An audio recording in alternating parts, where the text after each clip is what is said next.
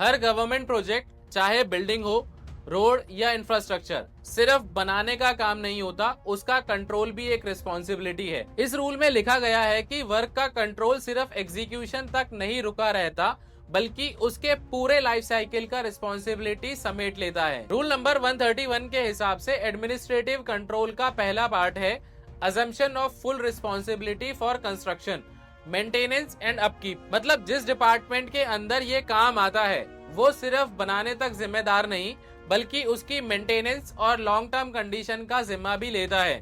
यानी अगर public works department ने बिल्डिंग बनाई है तो उसकी सफाई, रिपेयर और सिक्योरिटी भी उसके अंडर आती है। दूसरा पॉइंट कहता है proper utilization of buildings and allied works.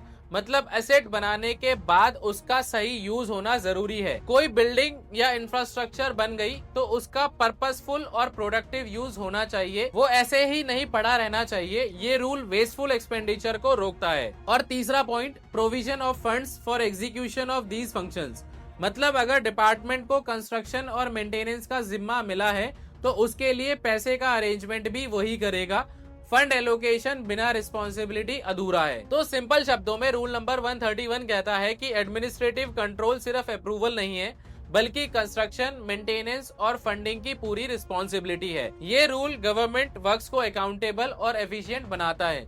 और किस तरीके से ये पूरा जीएफआर वर्क करता है, ये जानने के लिए मुझे फॉलो कर लो।